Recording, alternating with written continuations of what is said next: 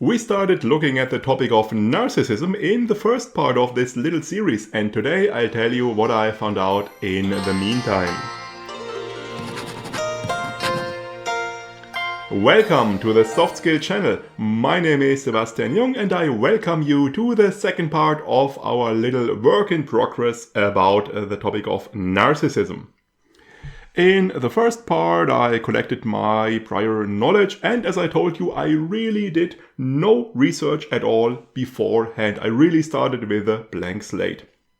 And I pretty much regretted that when I started doing this second part, because I thought, well, as a little tiny first step, let's find a proper definition of narcissism and the characteristics it has. And it turned out this is really difficult, to the point where I usually say, oh, well, maybe choose another topic for the video. However, for a work in progress, that's not the plan, but I will work through these difficulties. We will persevere.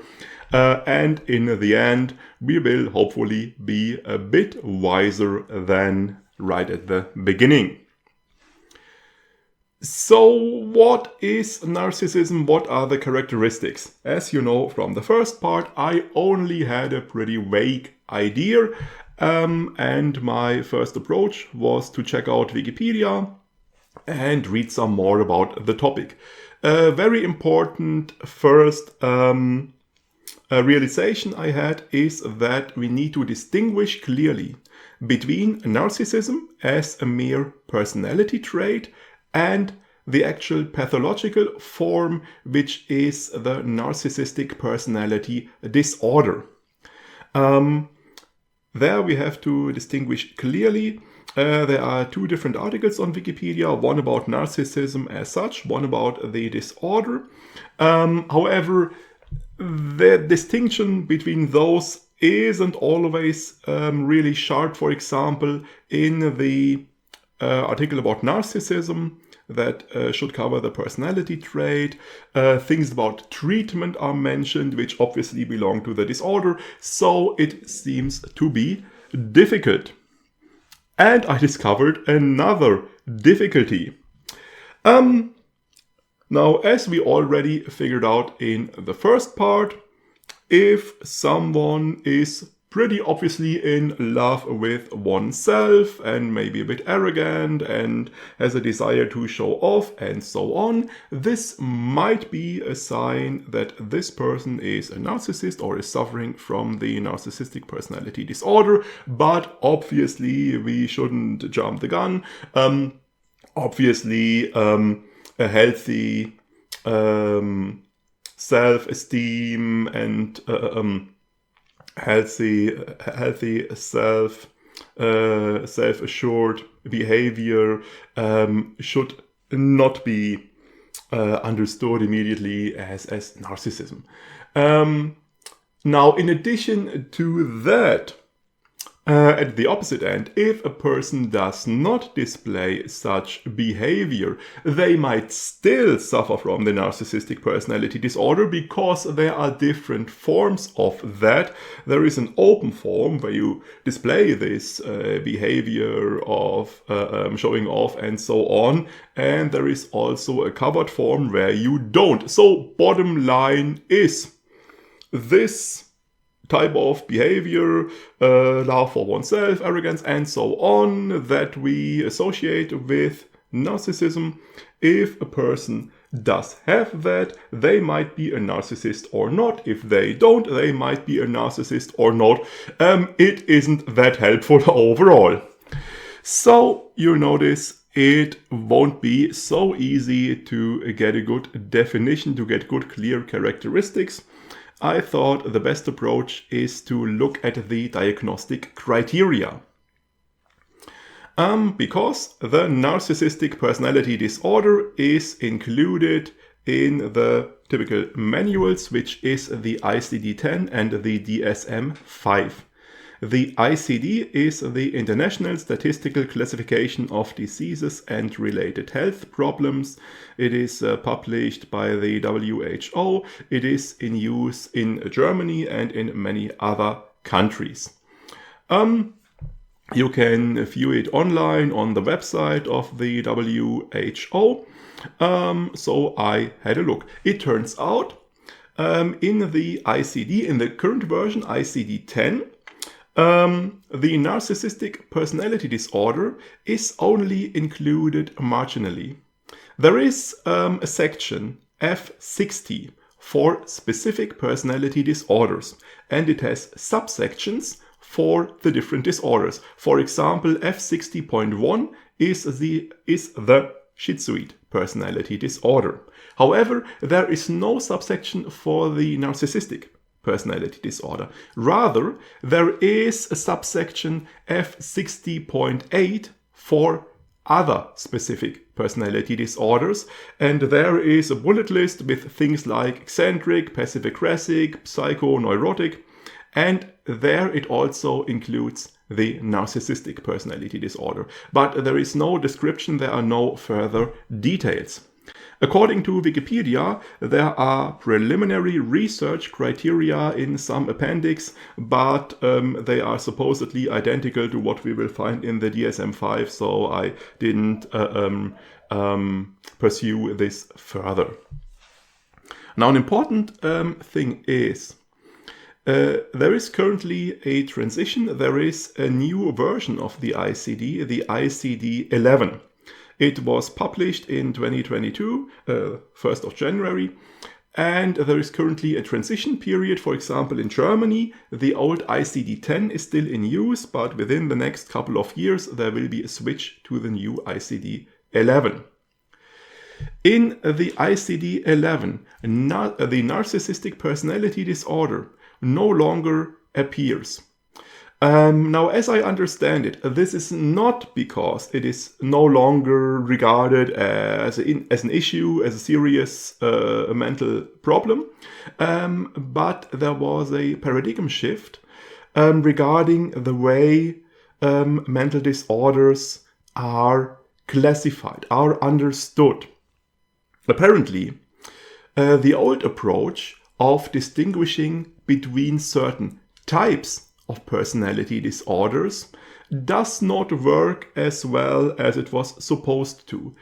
Those different types of disorders we thought we had identified are not as distinct from each other as they are supposed to be. There are apparently rather fluid transitions between them. For example, it is quite possible that two patients are diagnosed with exactly the same personality disorder, even though they don't share even a single symptom. And that's of course a bit strange, isn't it? So in the ICD-11, the approach has changed. You no longer diagnose a specific type of personality disorder, but you diagnose a personality disorder with a certain degree of severity, and then you describe the symptoms that show. So in the old ICD-10 world, a psychotherapist would maybe say, this patient is suffering from the narcissistic personality disorder, and he shows a lack of empathy because that is one of the symptoms that belong to that disorder.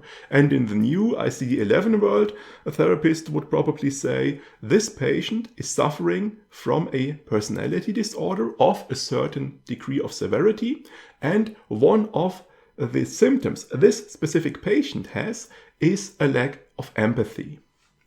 I find it quite interesting that this paradigm shift occurred, and of course it explains somewhat why it is so difficult to find a really sharp and clear and distinct definition of this narcissistic personality disorder. Now, this was all rather vague up to now, but we have more specific information in the DSM, in the current version of the DSM-5. The DSM is the Diagnostic and Statistical Manual of Mental Disorders, and it is used in North America, published by a North American Association of Psychiatrists.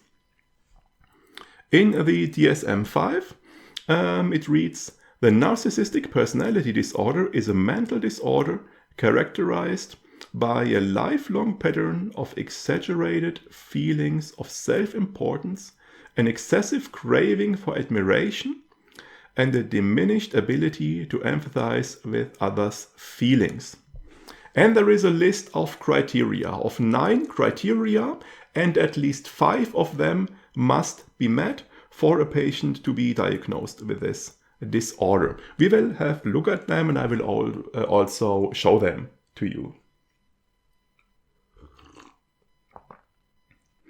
First of all, there is a grandiose sense of self-importance.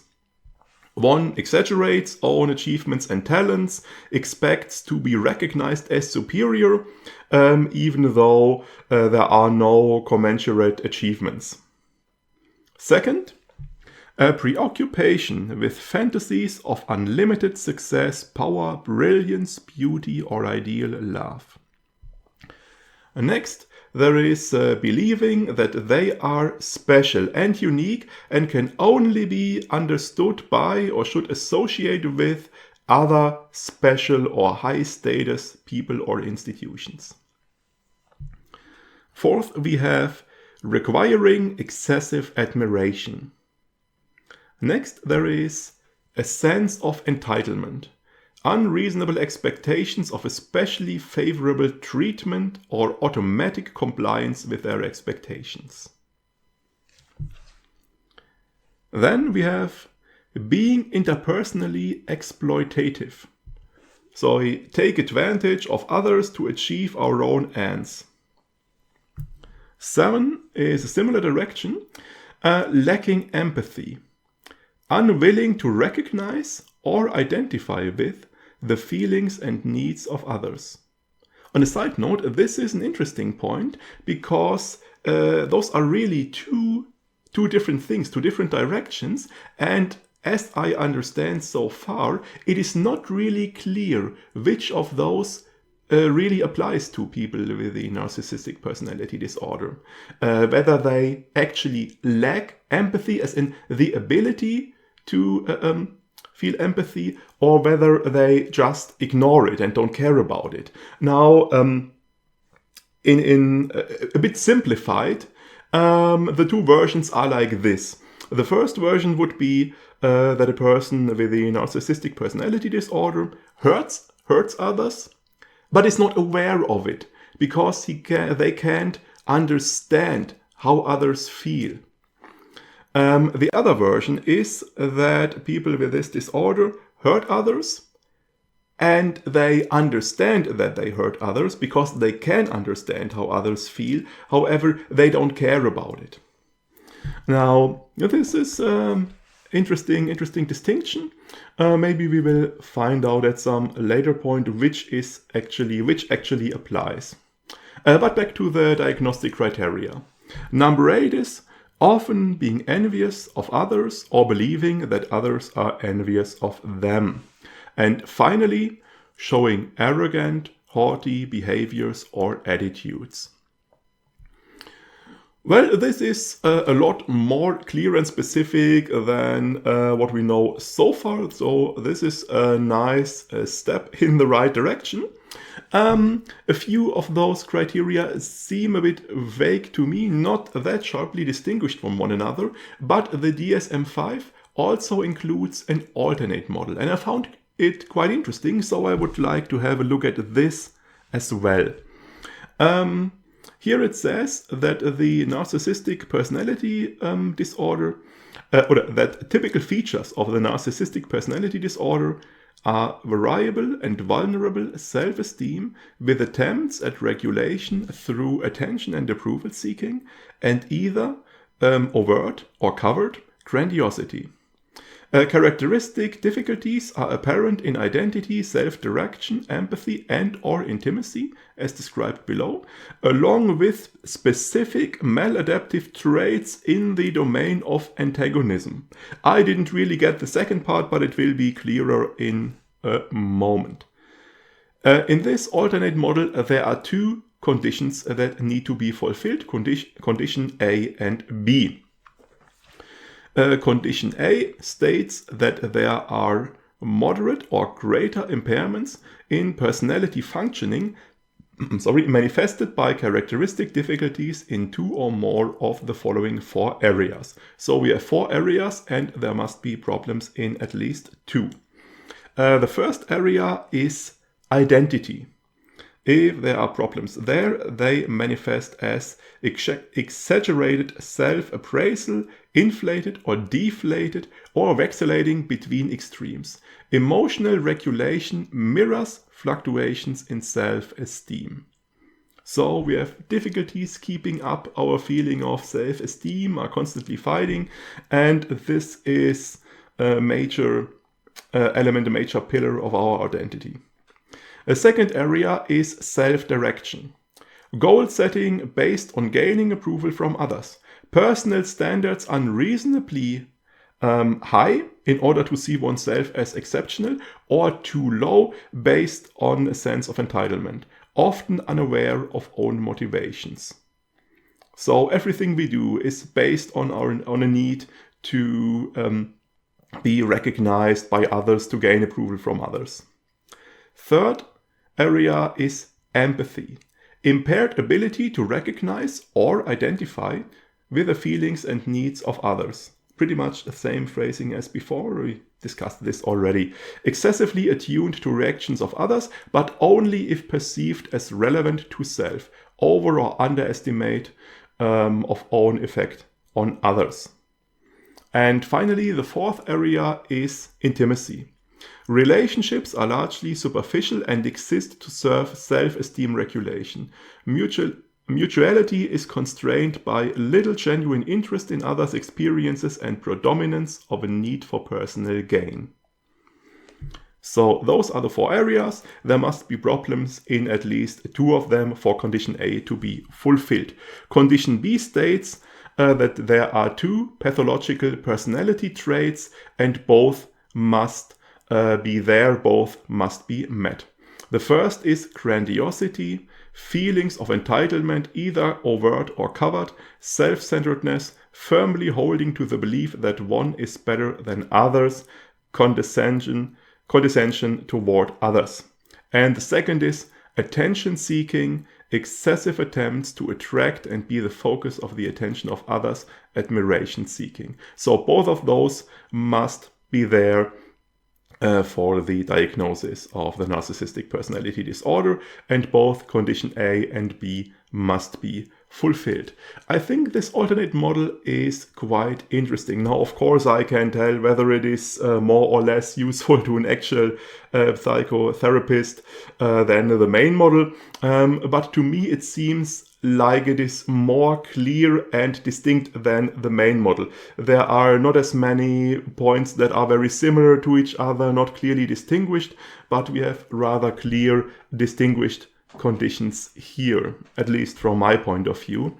And it is interesting that this idea, that here we have this idea that people with the narcissistic personality disorder actually have a weak and shaky self-esteem. We will get back to that a bit later.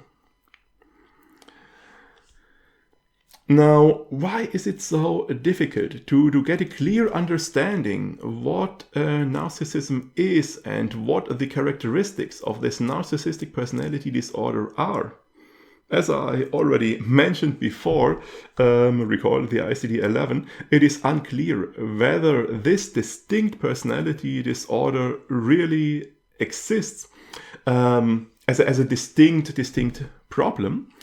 And I stumbled upon another reason why it is so difficult in an interesting article I found via the Wikipedia article by a German doctor.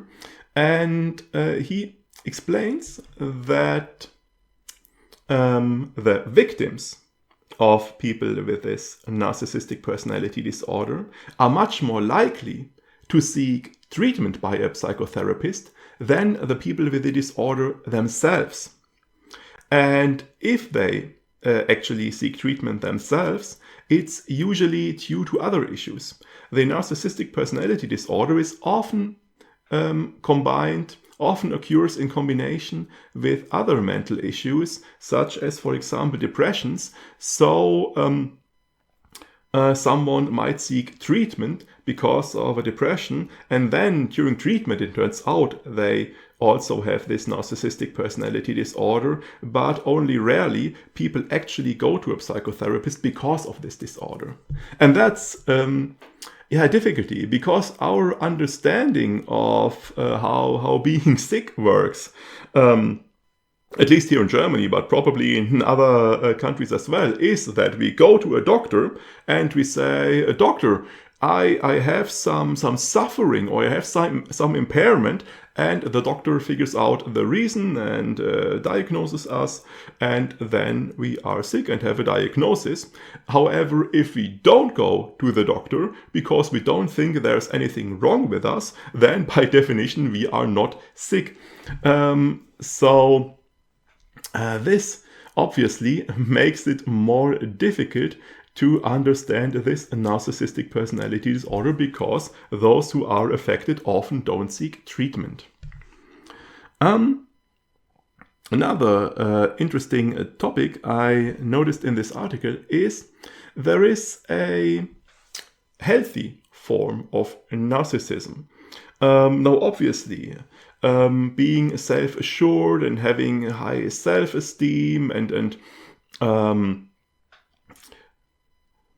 feeling good about oneself and so on, those are positive traits if they are not exaggerated in a negative way. So there is a positive basis to this whole narcissism thing. However, this healthy version is not really understood. There is no uniform definition for it. We know even less about that than about the pathological narcissism. Now, as you might recall, in the first part, I told you about some interesting sources that I already know, where I know the topic of narcissism appears, and that I want to check as we progress through this little series. And among those was a book by a German psychologist, Schulz von Thun, called Erfülltes Leben, literally translated Fulfilled Life. Unfortunately not available in English. That supposedly contains a chapter about narcissism, and it does. There is a chapter about individualism and narcissism, which is an interesting topic, but we can't deal with that today. But we will pick it up again at a later point in this series. Now, for now, I was only interested to see how Schulz von Thun defines narcissism. First, what I noticed is that Schulz von Thun doesn't clearly distinguish between everyday narcissism and the narcissistic personality disorder. He doesn't even mention that those two variations exist. However, he gives a description of what narcissism is. Let's have a brief look at that. He says, one who is a narcissist is presenting oneself as great, heroic, superior, and he is devaluing, belittling, and humiliating others. He shows a lack of empathy. There is an excessive offendedness when own greatness is questioned. There is an enormous need to receive attention, response, and recognition. There is a conviction that one is something very special, combined with the expectation that others should be loyal, serve with a lot of commitment, and they should best meet all the narcissist's needs if they owe him in terms of satisfying their needs. This is counted as a character deficit. I think this definition Schulz von Thun gives is pretty much in line with what we found in the DSM-5. I think this matches the diagnostic criteria rather well. Now, what's interesting is that Schulz von Thun says that behind the unpleasant character traits, there lies a psychological distress that needs to be recognized and is worthy of compassion. So he also brings up this idea that a narcissist actually has a precarious self-esteem that is inwardly hotly contested and is always at risk of falling apart, that they have to be constantly fighting to keep up this high level of self-esteem for themselves. Now, according to what I've read so far, it seems to me that this is an outdated idea, an outdated theory. However, we also have this show up pretty clearly in this alternate model of the DSM-5. So I'm not sure. Maybe we will discover more about that as we go forward. Now, this definition in Schulz von Thun's book certainly gave me a good feeling and some assurance because it matches the diagnostic criteria from the DSM-5 rather well. And so it seems at least that those criteria are good and are working well as a working definition for us going forward. Well, some new challenges and issues have appeared. First of all, this topic in Schulz von Thun's book, individualization and narcissism. That's an interesting topic. The idea is that in our modern world we have a trend of individualization. We have a trend of individualization. Away from community, focus on the individual person, and so on. Social media is an important topic that is also closely related. And the idea is that this development in our modern world, that this promotes narcissism and that this creates narcissists, and that narcissism is a big problem of our modern time especially. And this is quite an interesting idea.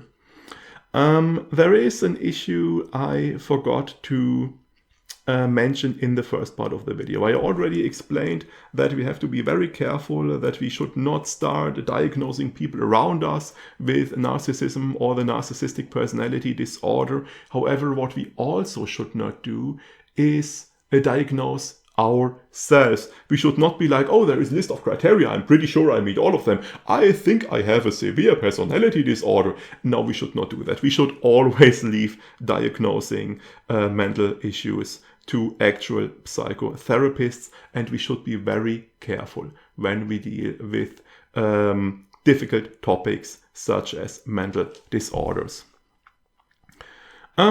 Now, an interesting question that turned up during this part is this issue of self-esteem. Do people with the narcissistic personality disorder actually have weak self-esteem that is constantly at risk of falling apart? Is this a relevant theory, or is it really an outdated theory?